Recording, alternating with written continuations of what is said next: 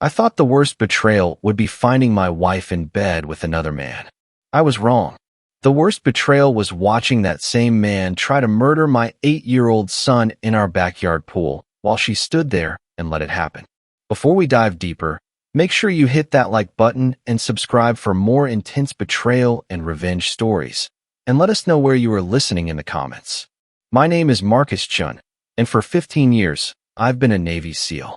I've survived missions in places most people can't pronounce, held my breath underwater for 6 minutes straight, and taken down enemies twice my size.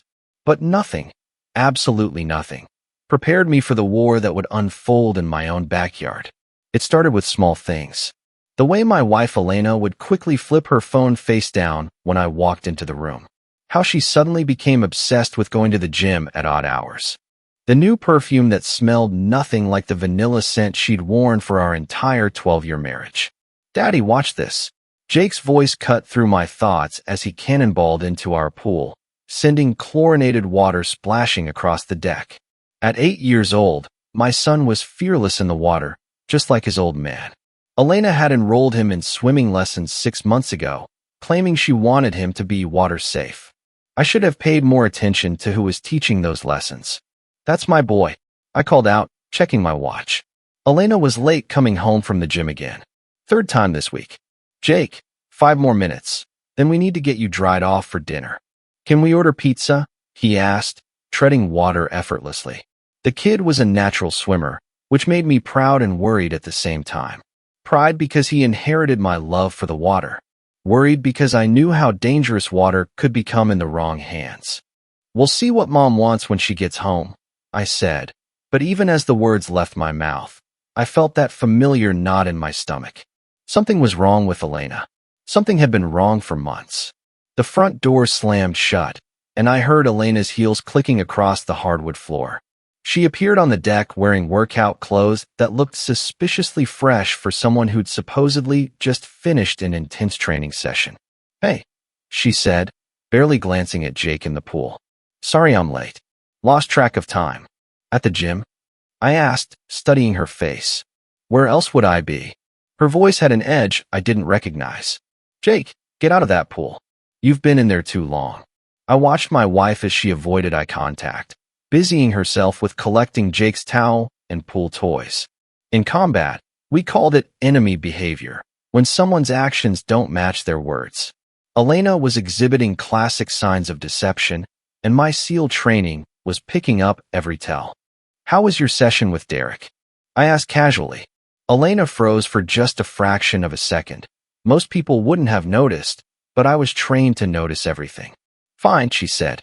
"Just the usual routine." Derek Martinez, Elena's personal trainer for the past 4 months.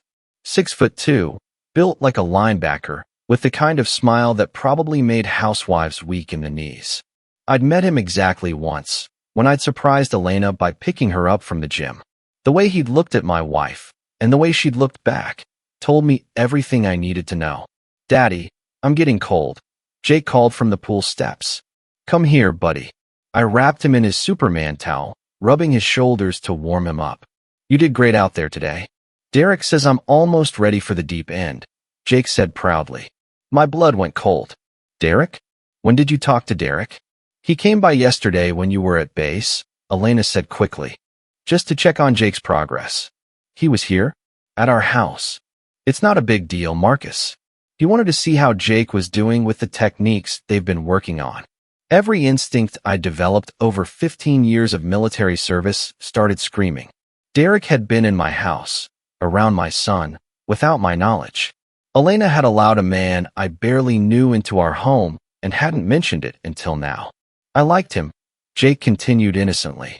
"He taught me this cool underwater trick where you hold your breath and—" "That's enough pool talk for tonight," Elena interrupted sharply.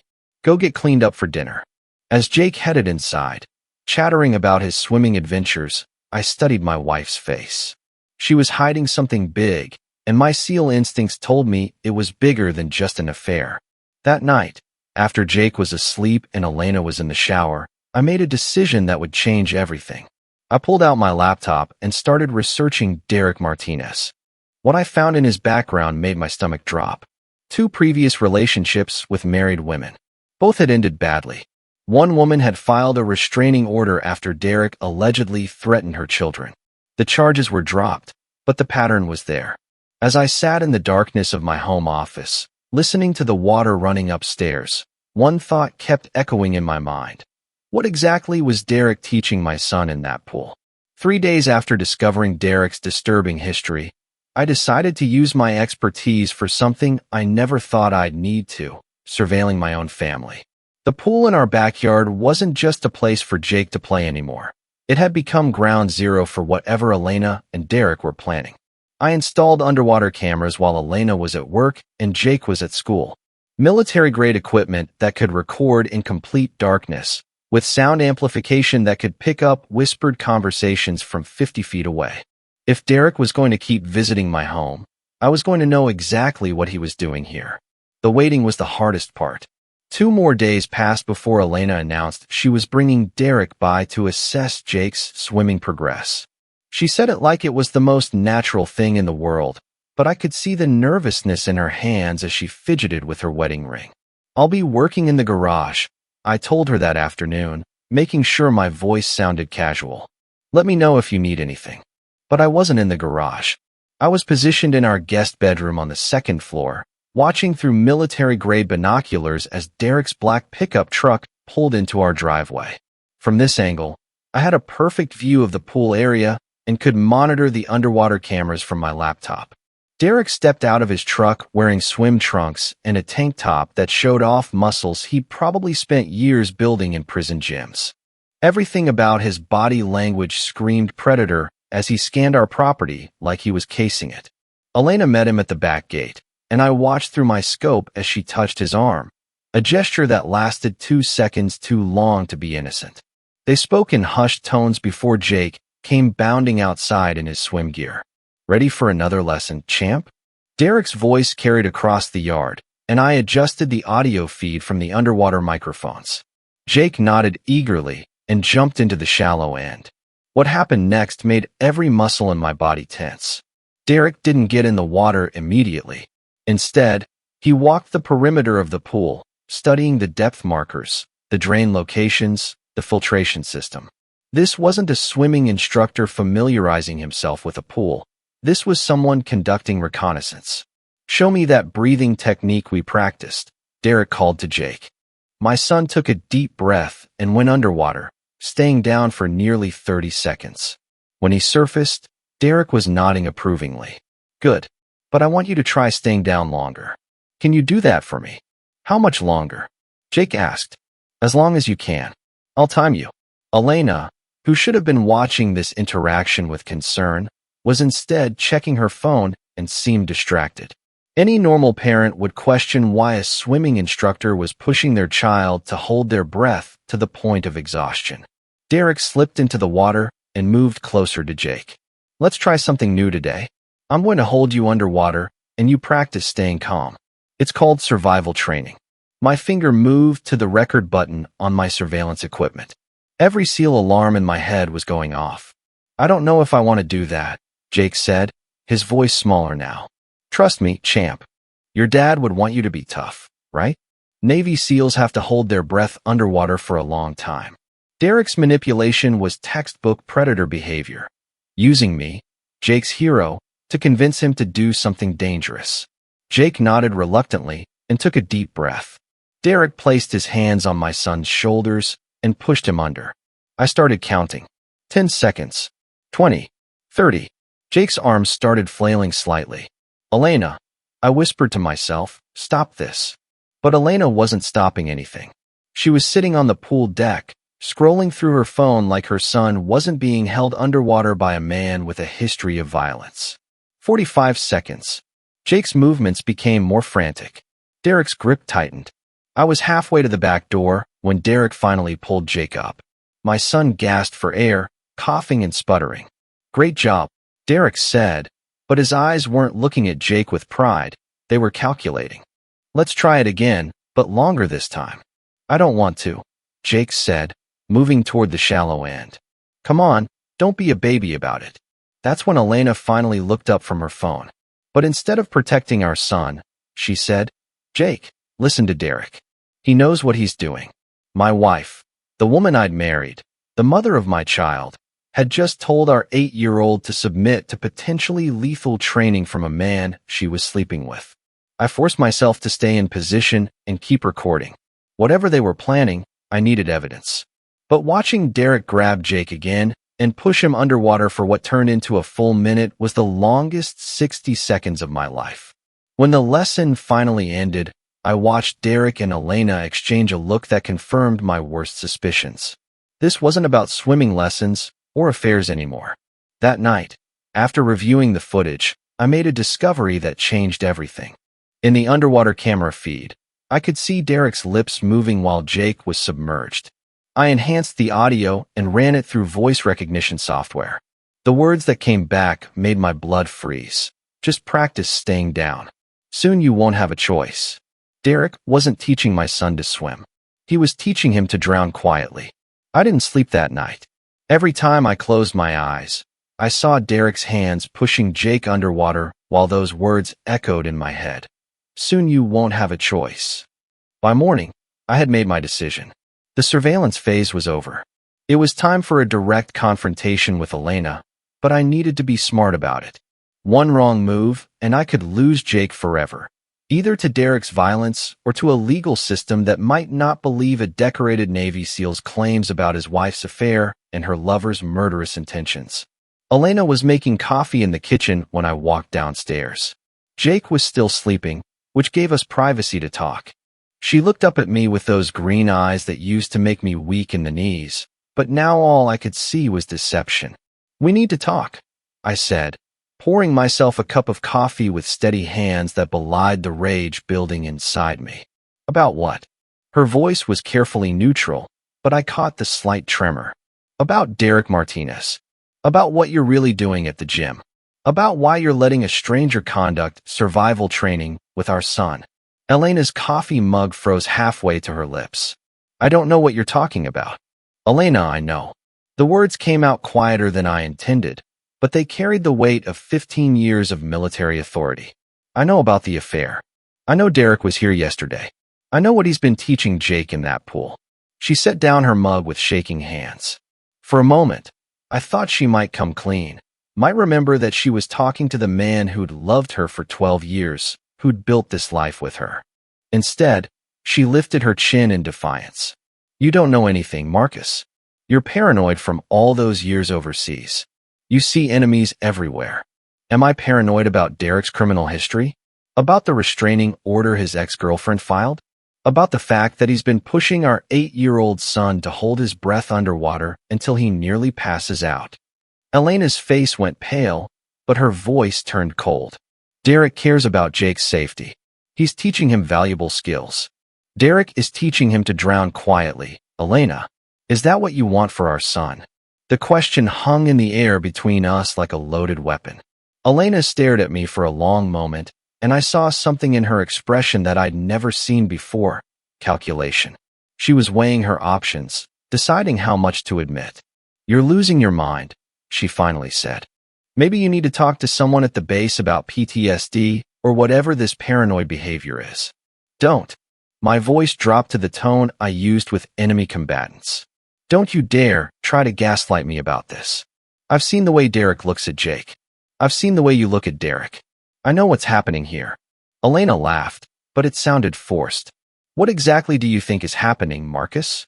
What's your big conspiracy theory? I leaned across the kitchen island, close enough to see my reflection in her pupils. I think you're having an affair with a dangerous man.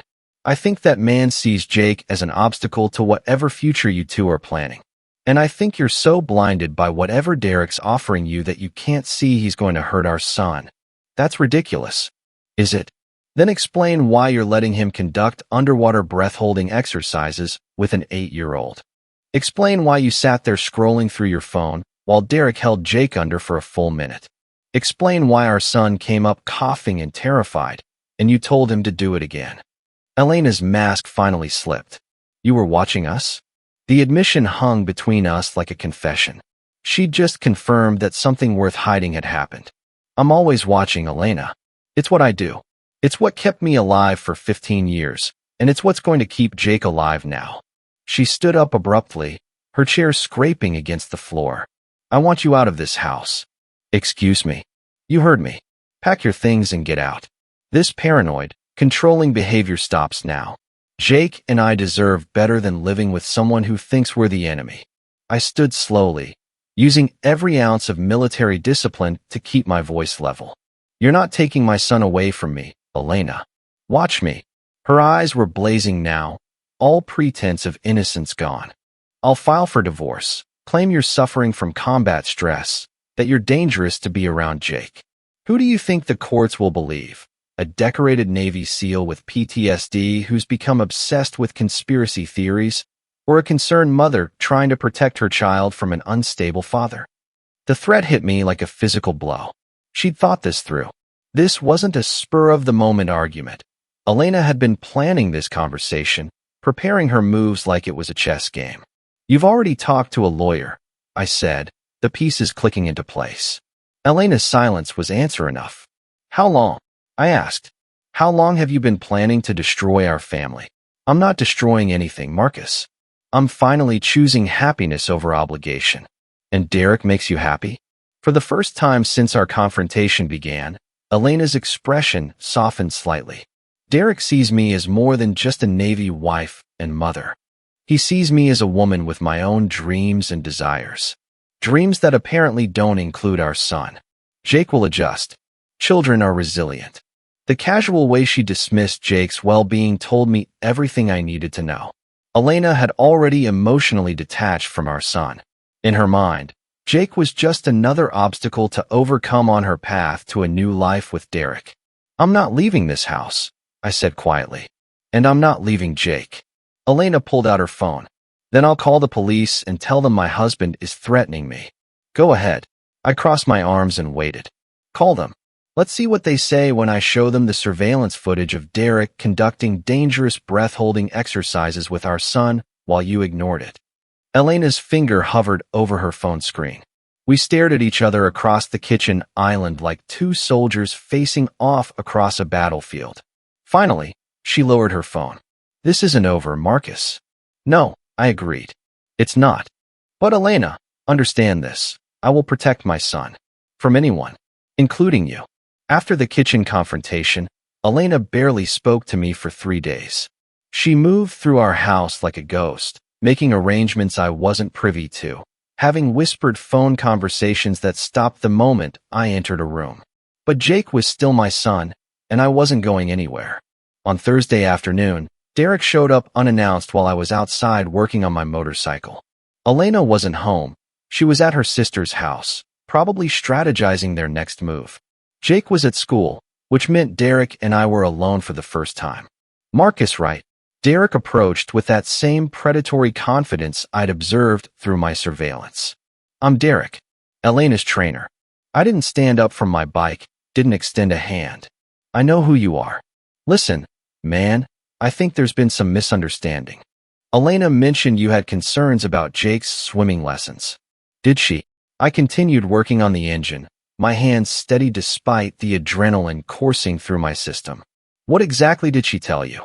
Derek shifted his weight, and I noticed his hands, scarred knuckles, calloused palms. These weren't the soft hands of a gym trainer. These were the hands of someone who'd done serious violence. She said you were worried about the breath-holding exercises. I get it, man. You're protective of your kid. But I'm a certified instructor. Certified by who? I finally looked up at him. Because I looked into your background, Derek. Interesting history you've got. His friendly facade cracked slightly. I don't know what you think you found, but 2 restraining orders. 1 assault charge that was mysteriously dropped. A pattern of targeting married women with children. I stood up slowly, letting him see exactly how big I was. So tell me, what are your real qualifications for working with my 8-year-old son? Derek took a step back, but his expression hardened. You know what your problem is, Marcus? You can't handle the fact that your wife found someone better. Better at what? Manipulating vulnerable women? Threatening children? I'm not threatening anyone. But his voice had changed, dropped to something more menacing. Jake's a smart kid. He learns fast. Elena appreciates that I take time with him. What exactly are you teaching him? Derek smiled, and for the first time, I saw what Elena had fallen for. It wasn't just physical attraction, it was danger. Derek radiated the kind of barely controlled violence that some women mistook for strength. I'm teaching him survival skills his Navy SEAL daddy apparently forgot to cover. How to hold his breath when things get tough. How to stay calm underwater when someone's holding you down. The way he phrased it sent ice through my veins. Stay calm when someone's holding you down. Yeah, you never know when those skills might come in handy. We stared at each other for a moment, and I realized Derek wasn't just threatening Jake. He was telling me his plan. He wanted me to know what was coming. You know, Derek continued, accidents happen around pools all the time, especially with kids who think they're better swimmers than they really are. Tragic stuff. That's when I understood. Derek wasn't planning to kill Jake in some random fit of rage. He was planning to stage an accident, make it look like Jake had simply drowned while swimming. A grieving mother and her supportive boyfriend would console each other, maybe eventually marry. The life insurance money wouldn't hurt either. Elena know about your plan? I asked quietly. Derek's grin widened. Elena knows I'll take good care of what matters most to her. Her future, her security, her freedom from complications. Jake was a complication. I was a complication. Derek was simplifying Elena's life by eliminating obstacles. Here's the thing, Derek. I stepped closer, using the intimidation techniques that had worked on hardened terrorists. You're not as smart as you think you are. Yeah? What makes you say that? Because you just confessed to planning my son's murder to a Navy SEAL with 15 years of combat experience and the training to make you disappear without a trace. For the first time, Derek looked uncertain. You threatening me? I'm stating facts. Fact 1, I know what you're planning. Fact 2, I have evidence of you conducting dangerous exercises with Jake. Fact 3, if you come near my son again, you'll discover exactly what kind of survival skills they taught me in the Navy. Derek backed toward his truck, but his voice remained defiant. Elena's not going to choose you, Marcus. She's already made her choice. And soon, there won't be any loose ends to tie up. He drove away, leaving me standing in my driveway with the absolute certainty that Jake was in immediate danger. Derek hadn't just revealed his intentions. He'd given me a timeline. Soon meant he was planning to act quickly, probably before I could gather more evidence or take legal action. That evening, when Elena came home, I watched her face carefully as she asked about my day. Quiet, I said. Derek stopped by while you were out. Her expression didn't change, but she gripped her purse strapped tighter. Oh, what did he want? To clarify some things about Jake's swimming lessons. Very enlightening conversation. Elena nodded and headed upstairs, but I caught something in her posture. Relief. She was relieved that Derek had talked to me, which meant she knew exactly what he'd come to discuss. My wife wasn't just having an affair. She was an active participant in planning our son's murder.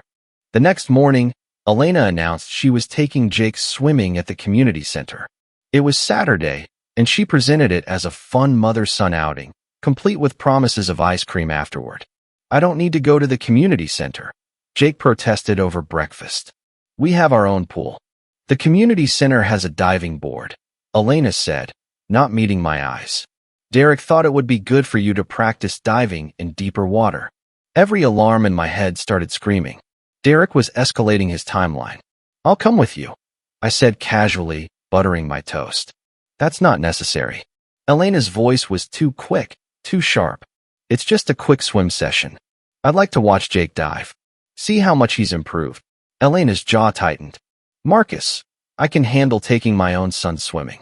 Our son. Not our son anymore. In Elena's mind, Jake had already become solely her responsibility to manage or eliminate. Actually, Jake piped up, I want Daddy to come. He can teach me the diving techniques you learned in SEAL training, right, Dad? The innocent request created a problem Elena couldn't solve gracefully. Refusing would seem suspicious. Agreeing meant bringing me along to whatever Derek had planned. Fine, she said finally. But we're leaving in 20 minutes. While Elena packed Jake's swim bag, I made a quick call to my former teammate Rodriguez, who lived across town. I need backup surveillance at the Riverside Community Center pool in 1 hour. Something's about to go down. Copy that. What kind of threat assessment? Potential child endangerment. Maybe worse. Come armed, but stay invisible unless I signal. I also grabbed my waterproof gear, diving watch, underwater camera, and the combat knife I kept strapped to my ankle. If Derek was planning something today, he was going to get more than he bargained for. The community center was busier than I'd expected for a Saturday morning. Families with children filled the pool area, which actually worked in our favor. Harder for Derek to stage an accident, with witnesses around. But Derek wasn't there when we arrived. "Where's your trainer?" I asked Elena as we found chairs near the pool. "He'll be here soon. He had another client first." Jake immediately wanted to get in the water, but Elena made him wait. "Let's just sit for a few minutes first, honey." 15 minutes passed. Then 20. Elena kept checking her phone, growing more agitated with each passing minute. "Maybe Derek got held up," I suggested. "We could just let Jake swim without." "No." Elena's response was sharp. "We're waiting for Derek." That's when I understood. Elena wasn't just bringing Jake here to swim with Derek. She was bringing him here at a specific time, probably when the pool would be less crowded. But we'd arrived too early, disrupting their timeline. My phone buzzed with a text from Rodriguez. "In position." Black pickup truck just pulled into parking lot. Derek was here. He appeared poolside 10 minutes later, wearing swim trunks and carrying a large duffel bag. His eyes scanned the crowd before landing on our family. "Sorry I'm late," he called out, jogging over. Traffic was crazy. He wasn't sorry, and there was no traffic. Derek had been waiting for the pool to clear out more. "No problem," Elena said, standing quickly. "Jake's been excited to show you his progress." I watched Derek assess the situation. Too many people, too many potential witnesses. But instead of suggesting they reschedule, he adapted. "You know what, Jake? I've got a better idea. There's a private pool at my apartment complex that's usually empty on weekends. Way better for practicing advanced techniques without distractions." "That sounds perfect," Elena agreed immediately. My blood turned to ice. Derek was moving Jake to a secondary location where there would be no witnesses, no lifeguards, no one to interfere with whatever he had planned. "Actually," I stood up, "I think Jake should stick to public pools for now. Safety in numbers and all that." Derek's smile never wavered, but his eyes went cold. "Marcus, I appreciate your concern, but I'm a certified instructor.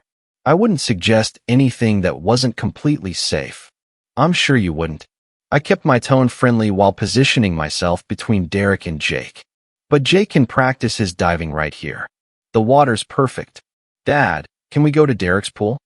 Jake asked. He said it has a really deep end. The innocent request from my son nearly broke my heart. Jake had no idea he was being groomed for his own murder. "Maybe another time, buddy. Let's see how you do here first." Elena stepped closer to Derek, and I caught a quick exchange of glances between them. They were communicating silently, adjusting their plan in real time. "You know what?" Derek said suddenly. "Elena, why don't you and Marcus grab some coffee from the snack bar? Jake and I can get started here, and you can watch from there." He was trying to separate me from Jake. "I'd rather stay right here," I said firmly. "Marcus." Elena's voice carried a warning.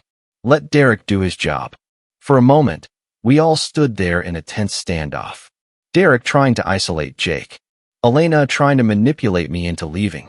Me refusing to move more than arm's reach from my son. That's when Derek made his first mistake.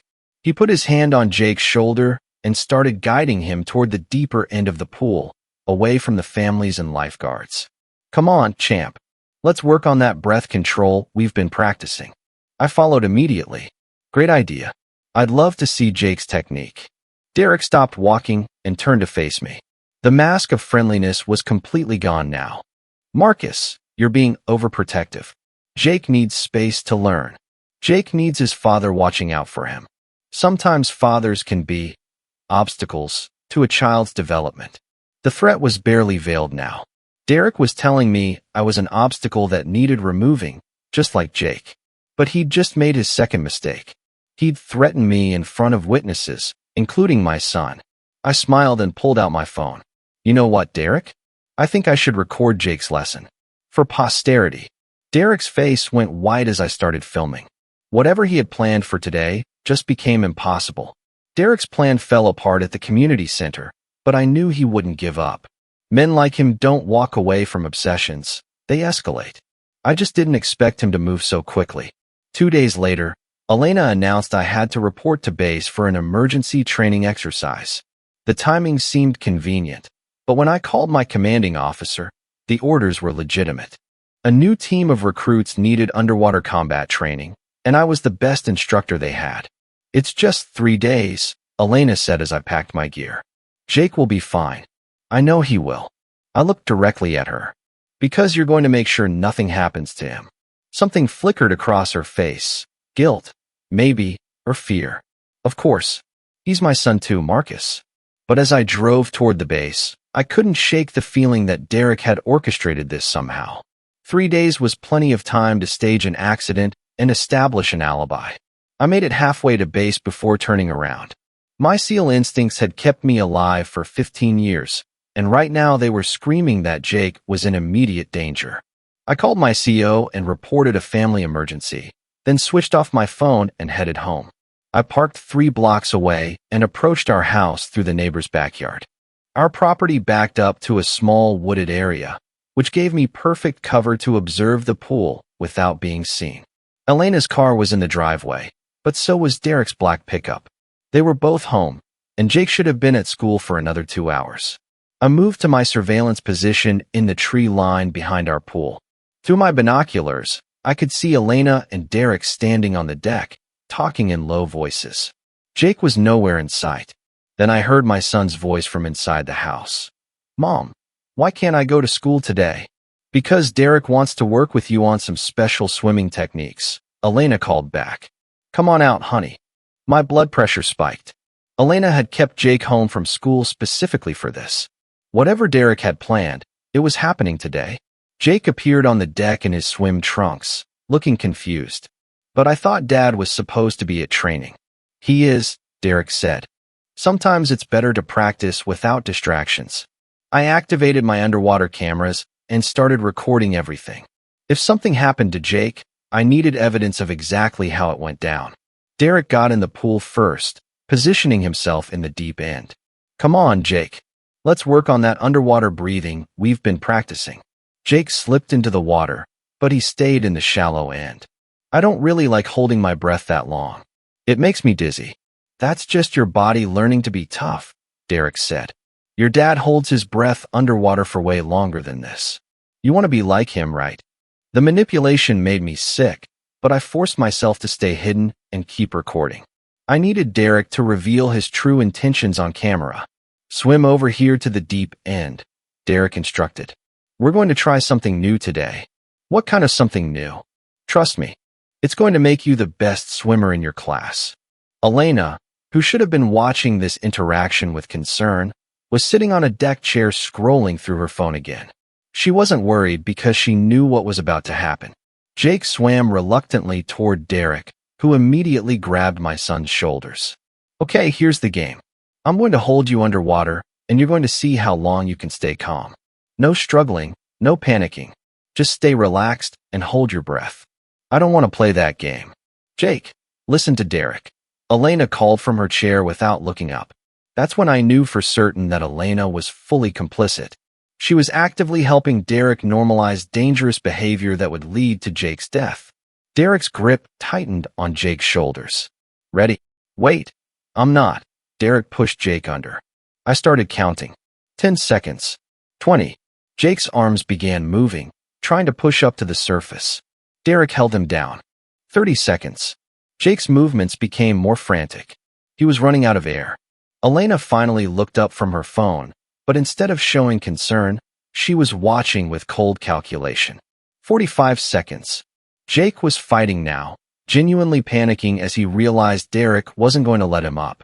That's when I made my move. I'd already removed my boots and shirt while observing. Now I slipped into the pool silently from the far end, using the underwater approach techniques I'd perfected in combat. Derek was so focused on drowning my son that he didn't notice the ripples in the water behind him. Jake had been under for a full minute when I reached them. His struggles were getting weaker, He was losing consciousness. I grabbed Derek from behind in a chokehold that would have killed him in 15 seconds if I'd applied full pressure. Instead, I used just enough force to make him release Jake. Derek spun around in shock as Jake shot to the surface, gasping and coughing. "Daddy!" Jake swam toward me, terrified and confused. "I've got you, buddy." I pulled Jake to the pool edge while keeping Derek in my peripheral vision. "Are you okay?" Jake was crying now, clinging to me. Derek wouldn't let me up. I couldn't breathe. "I know. You're safe now." Derek had backed against the far wall of the pool, his eyes darting between me and the pool exit. "Marcus, this isn't what it looks like." "Really?" "Because it looks like you just tried to drown my son." Elena finally spoke up. "Marcus, you're overreacting. Derek was just attempting murder." I kept my voice calm despite the rage coursing through my system. "And you were helping him." The truth hung in the air like a loaded weapon. All three adults in that backyard knew exactly what had just been prevented. Derek made his move toward the pool steps, but I was faster. 15 years of Navy SEAL training kicked in as I intercepted him underwater, using techniques designed to neutralize enemy divers. What happened next was over in 30 seconds, but it would change all of our lives forever. Derek's body went rigid with shock as I dragged him to the bottom of the 12-foot deep end. Underwater, in my element, he was no longer the predator. He was prey. I held him there for exactly 15 seconds, long enough for him to experience the same terror Jake had just felt. Long enough for his lungs to burn and his vision to blur. Long enough for him to understand that he'd just tried to murder the wrong man's son. When I brought him back to the surface, Derek was gasping and choking, his earlier confidence completely shattered. But I wasn't done with him yet. "Jake, go inside the house," I commanded without taking my eyes off Derek. "Lock the door and don't come out until I say." My son scrambled out of the pool, still coughing up water, and ran toward the house. Elena started to follow him, but I stopped her with a single word. "Stay." She froze on the pool deck like a guilty child caught stealing. Derek tried to swim toward the shallow end, but I blocked his path. In the water, he was in my world now, playing by my rules. "Here's how this is going to work," I said, treading water effortlessly while Derek struggled to stay afloat. "You're going to confess exactly what you just tried to do to my son." "I wasn't trying to do anything," Derek gasped. "It was just a swimming lesson gone wrong." A swimming lesson where you held an 8-year-old underwater for over a minute while he fought to breathe. I grabbed Derek by the throat and pushed him under again, this time for 25 seconds. When I brought him up, he was genuinely panicking. "Stop. You're crazy." "I'm methodical," I corrected. "Every technique I'm using on you right now was designed to extract information from enemy combatants. The difference is, those men were just following orders. You chose to hurt my family." Elena was crying now, but whether from guilt or fear, I couldn't tell. "Marcus, please stop. You're going to kill him. The same way he was going to kill Jake." I kept Derek in a submission hold that prevented him from reaching the pool edge. "Elena, your boyfriend just attempted to murder our son while you sat there and watched. The only reason Jake is alive right now is because I came home early. It wasn't supposed to happen like this," Derek choked out. "Finally, a confession. How was it supposed to happen?" I demanded. Derek's resolve cracked completely. Between his fear of drowning and his realization that I had military training he couldn't match, he started talking. "Elena said you'd be gone for 3 days. It was supposed to look like an accident. Jake would drown during a swimming lesson while Elena was inside getting drinks. Tragic accident. No one would question it." Elena's sobs got louder, but I focused on Derek. "And then what? You and Elena live happily ever after with the life insurance money." "It wasn't about money," Derek insisted, but his eyes said otherwise. "What was it about then? Elena deserves better than being married to a military robot who's never home. She deserves someone who puts her first." "So you decided Jake had to die?" Derek's silence was answer enough. I looked over at Elena, who had collapsed into one of the pool chairs. "Elena, is this what you wanted? Your son dead so you could start fresh with Derek." I didn't know he was going to. She couldn't finish the sentence. "You didn't know what?" That holding a child underwater for over a minute would kill him? You're a mother, Elena. You knew exactly what Derek was doing. The weight of her complicity hung between us. She'd actively participated in the plan to murder Jake by keeping him home from school, dismissing my concerns, and encouraging him to trust Derek. I need you both to understand something, I said, still holding Derek in the water. I have video evidence of everything that just happened. The underwater cameras captured Derek attempting to drown Jake. The audio picked up his confession.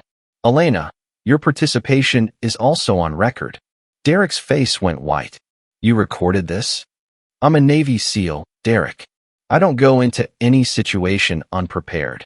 I guided Derek to the shallow end and pushed him toward the pool steps. Get out. Slowly. Derek stumbled out of the water, shaking from cold and fear. Elena hadn't moved from her chair. Both of you, sit down and don't move, I commanded, using the voice that had controlled hostile situations in combat zones. I pulled myself out of the pool and grabbed my phone from where I'd hidden it in the bushes. The entire attempted murder and Derek's confession were recorded in high definition. I'm calling the police, I announced. Marcus, wait, Elena pleaded. We can work this out. Derek made a mistake, but a mistake? I stared at my wife with complete disbelief.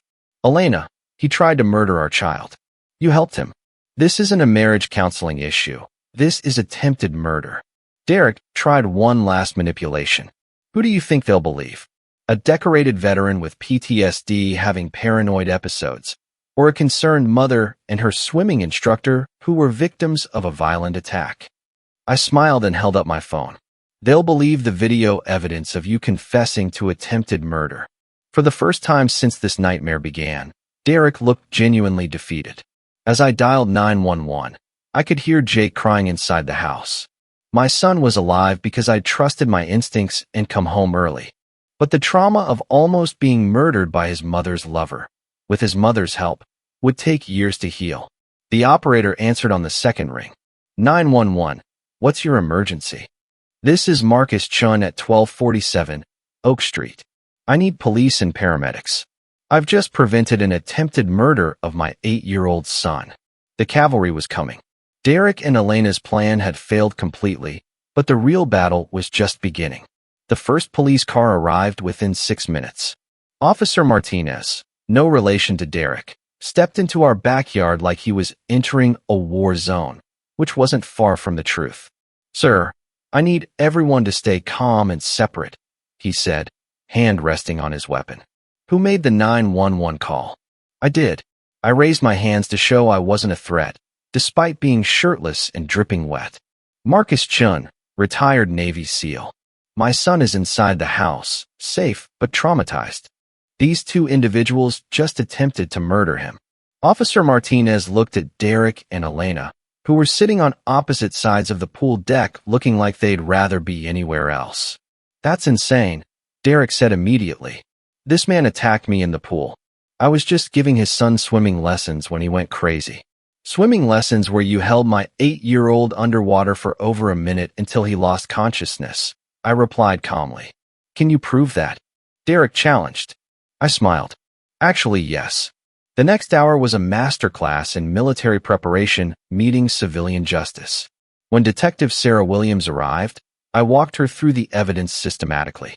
I have video surveillance of the entire incident from multiple underwater cameras, I explained, pulling up the footage on my laptop. Audio recording of Derek's confession to premeditated murder, and documented evidence of Derek's criminal history that my wife was aware of when she brought him around our son. Detective Williams watched the underwater footage with growing shock. The video clearly showed Derek holding Jake down while Jake fought desperately to surface. The audio captured Derek's confession about planning Jake's death while I was supposed to be at base training. Mrs. Chun, Detective Williams turned to Elena. Can you explain why you allowed Mr. Martinez to conduct these dangerous exercises with your son? Elena's lawyer had arrived by this point and advised her not to answer questions. But the evidence spoke for itself. Derek, meanwhile, had started changing his story as the reality of his situation sank in. Look, maybe I held the kid down a little too long, but it wasn't intentional. I'm not a professional instructor. I was just trying to help. Help with what? Detective Williams asked. Elena said Jake needed to be tougher. More like his father. I was just trying to build his confidence in the water. It was pathetic watching Derek try to rewrite history, but the underwater cameras had captured everything. His grip on Jake's shoulders.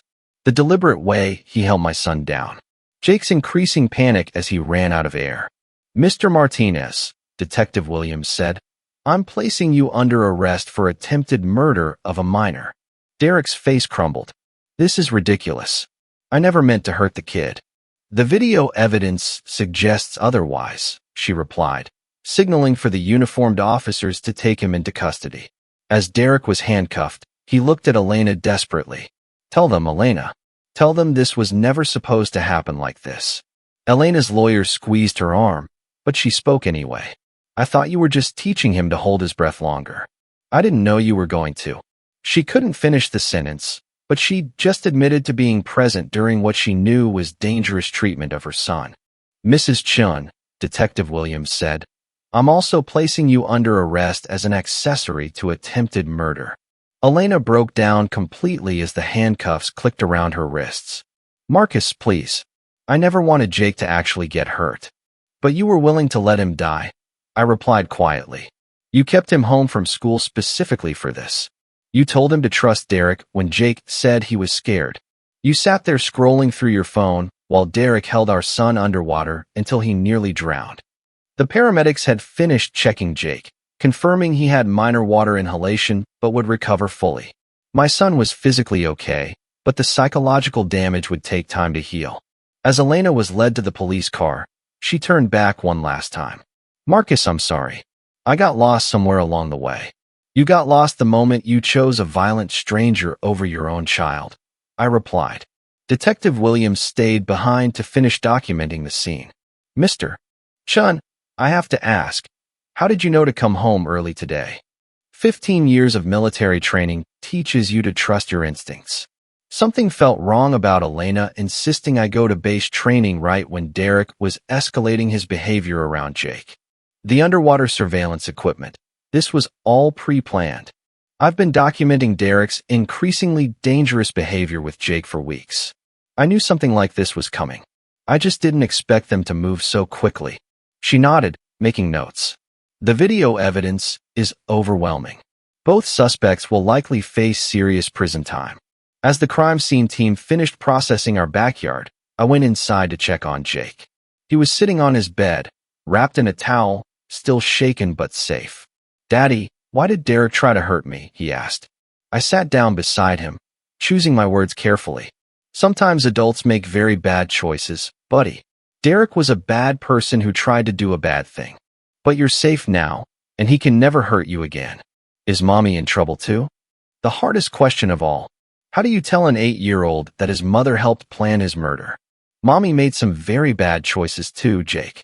She's going to have to face consequences for those choices. Jake nodded solemnly, processing information no child should ever have to understand. But you saved me, didn't you, Daddy? That's what daddies do, son. We protect our families. Always. Outside, the last police car was pulling away. Derek and Elena were gone, probably forever. Our pool would need to be drained and cleaned, but it would never be the same. Too much violence had happened there. But Jake was alive. That's all that mattered now. The trial took place 8 months later. By then, Jake had started sleeping through the night again, though he still refused to go near any swimming pools. We'd moved to a new house across town, somewhere without painful memories lurking in every corner. The courtroom was packed when Derek Martinez's attempted murder trial began. The local media had picked up the story. Navy SEAL saves son from drowning murder plot. But for me, this wasn't about headlines. It was about making sure Derek never got the chance to hurt another child. Derek's defense attorney tried every angle possible. They claimed Derek was just an inexperienced swimming instructor who'd made a tragic mistake. They argued that my military background made me prone to paranoid interpretations of innocent events. They even suggested that I'd somehow manipulated the underwater footage. None of it worked. The video evidence was devastating. The jury watched in horrified silence as Derek deliberately held Jake underwater while my son fought desperately to breathe. They heard Derek's recorded confession about planning Jake's death to look like an accident. They saw Elena sitting motionless while her son nearly drowned. Ladies and gentlemen of the jury, Prosecutor Amanda Torres said during closing arguments, this was not a swimming lesson gone wrong. This was premeditated attempted murder of an 8-year-old child. The defendant confessed on camera to planning this child's death while the boy's own mother watched it happen. Derek took the stand in his own defense, which turned out to be a catastrophic mistake. Under cross-examination, his story fell apart completely. Mr. Martinez, Prosecutor Torres asked, can you explain why you told Jake to practice staying down because soon you won't have a choice? I don't remember saying that. We have it recorded on underwater audio surveillance. Would you like me to play it for the jury again? Derek's face went pale. I might have said something like that, but it was taken out of context. What context makes telling a child he'll soon won't have a choice about staying underwater appropriate? Derek had no answer. The jury deliberated for less than 3 hours. When they returned, the foreman stood and read the verdict. We find the defendant Derek Martinez guilty of attempted murder in the first degree. Derek collapsed in his chair. Elena, who was being tried separately, started crying in the gallery. Judge Patricia Rodriguez didn't show any mercy during sentencing. Mr. Martinez, you targeted a vulnerable family, manipulated a mother's emotions, and attempted to murder an innocent child for financial gain. Your actions represent the worst kind of betrayal, using a position of trust to inflict harm on those you were supposed to protect. Derek was sentenced to 25 years to life in prison. Elena's trial was more complicated. Her defense team painted her as another victim of Derek's manipulation, a confused, emotionally vulnerable woman who got in over her head with a dangerous man. I testified about Elena's active participation in the murder plot, how she'd kept Jake home from school specifically for Derek's plan, how she'd encouraged Jake to trust Derek despite his obvious fear, how she'd sat passively while Derek held our son underwater. Mr. Chun, Elena's attorney asked during cross-examination, isn't it possible that my client was also being manipulated by Mr. Martinez? That she didn't fully understand what was happening? Elena is Jake's mother, I replied. She knew exactly what it meant when Derek held her son underwater for over a minute while Jake fought to breathe. No mother misunderstands that. The prosecutor played recordings of Elena's phone conversations with Derek that police had obtained through warrants. In one conversation, Elena discussed how much life insurance money she'd receive if something happened to me and Jake. In another, she talked about starting fresh somewhere Derek's criminal history wouldn't matter. Elena's jury took longer to deliberate, 6 hours. When they returned, she was found guilty of conspiracy to commit murder and child endangerment. She received 15 years in prison. During her sentencing hearing, Elena was allowed to make a statement. She turned toward where Jake and I sat in the gallery. Marcus, Jake, I know I can never take back what I did. I know I failed as a mother and as a wife. I let my selfishness blind me to what really mattered. Jake, you deserved a mother who would protect you, not one who put you in danger. I hope someday you can forgive me, even though I don't deserve it. Jake squeezed my hand but didn't respond. He was only 9 now, but he understood enough to know that his mother had chosen a violent stranger over him. After sentencing, Detective Williams found me outside the courthouse. How are you holding up? She asked. Jake and I are doing okay. It helps knowing they can't hurt anyone else's family. The underwater surveillance footage made all the difference. Without that evidence, this case would have been much harder to prove. That's why I documented everything. In the military, you learn that preparation and evidence win battles. She nodded. What's next for you and Jake? Healing. Jake's in therapy, which is helping. We're taking it one day at a time. As we walked to my car, Jake looked up at me. Daddy, are the bad people really gone forever? Yes, son. Derek and Mommy made choices that hurt our family, and now they have to face the consequences of those choices. But they can never hurt you again. Good, Jake said simply. The legal battle was over, but the real work of rebuilding our lives was just beginning. 3 years have passed since that day in our backyard pool. Jake is 11 now, and while the scars from that trauma will always be part of his story, they no longer define who he's becoming. We moved to Colorado after the trials, somewhere with mountains instead of pools, where Jake could rediscover his love for water gradually. First through mountain streams, then lakes, and eventually, when he was ready, swimming pools again. The nightmares stopped after his second year of therapy.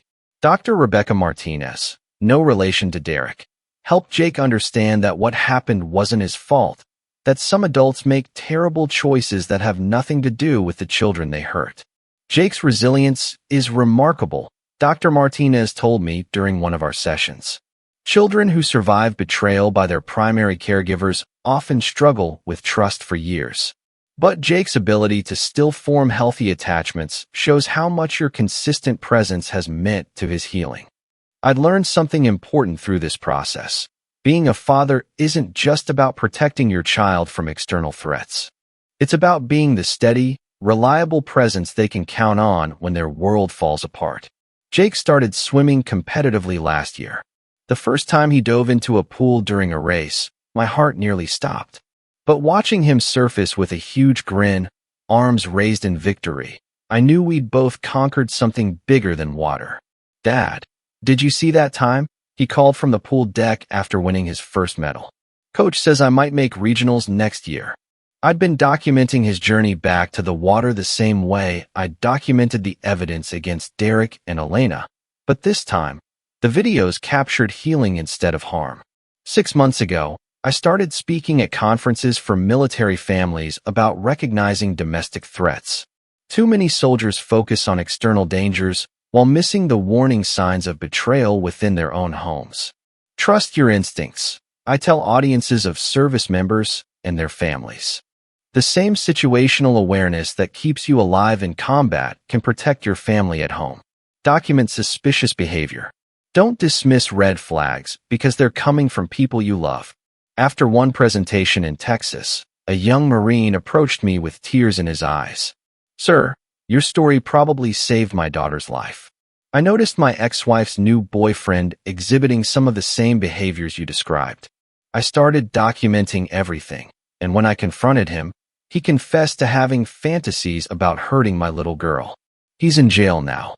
These conversations remind me that Elena and Derek's betrayal, as devastating as it was, led to something meaningful. Jake and I survived their plot, and now our story helps protect other families. Jake knows about my speaking engagements.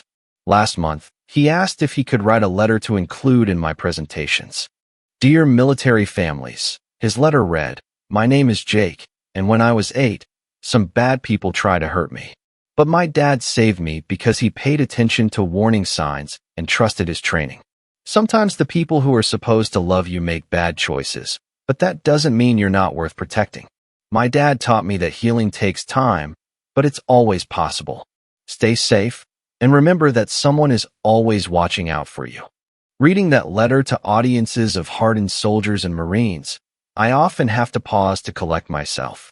My son's courage in sharing his story helps other children find their voices. Elena writes to Jake from prison sometimes. Her letters arrive every few months, filled with apologies and regrets. Jake reads them with me, then decides whether to respond. So far, he's chosen silence, and I support whatever decision he makes about that relationship. "Dad, do you think Mom really loved me?" he asked after her last letter. "I think your mom loved the idea of loving you," I said carefully. "But real love means protecting someone, even when it's hard. Real love means choosing their safety over your own desires. Your mom forgot how to do that." Jake nodded thoughtfully. "But you didn't forget." "No, son, and I never will." Derek is serving his sentence in a maximum security prison in Nevada. According to Detective Williams, who keeps me updated, he's had multiple disciplinary actions for violent behavior toward other inmates. Some people never change. But Jake and I have changed. We've grown stronger, closer, more aware of what really matters. Every morning when Jake comes downstairs for breakfast, every night when I tuck him into bed, every time he calls me Dad, with complete trust in his voice, These moments feel like victories over the darkness Derek and Elena tried to bring into our lives. The deepest truth I've learned from this experience is this: betrayal reveals character, but it doesn't define destiny. Elena chose selfishness over motherhood. Derek chose violence over humanity. But Jake chose resilience over victimhood, and I chose protection over revenge. Those choices, the ones we make after the worst moments of our lives, those are the choices that determine who we really are. As I finish writing this story, Jake is in the backyard practicing diving techniques in our new pool. Yes, we have a pool again. Because we refuse to let fear dictate our lives. "Dad, watch this," he calls out, just like he did that day 3 years ago. But this time, there's no hidden danger lurking beneath the surface. This time, the water is just water, and my son is just a kid learning to be brave again. "That's my boy," I call back, and I mean it with every fiber of my being. This story carries a question that haunts many families. How well do we really know the people we trust with our children's lives? And an even deeper one: when betrayal comes from those closest to us, how do we find the strength to rebuild trust without losing our ability to love?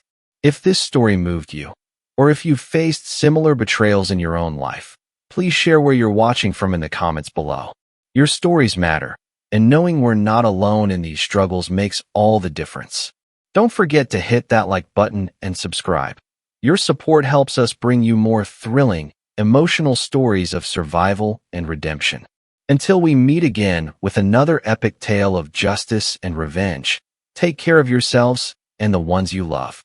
Remember, the most important battles are often fought not on distant battlefields, but in our own backyards. Story is finished.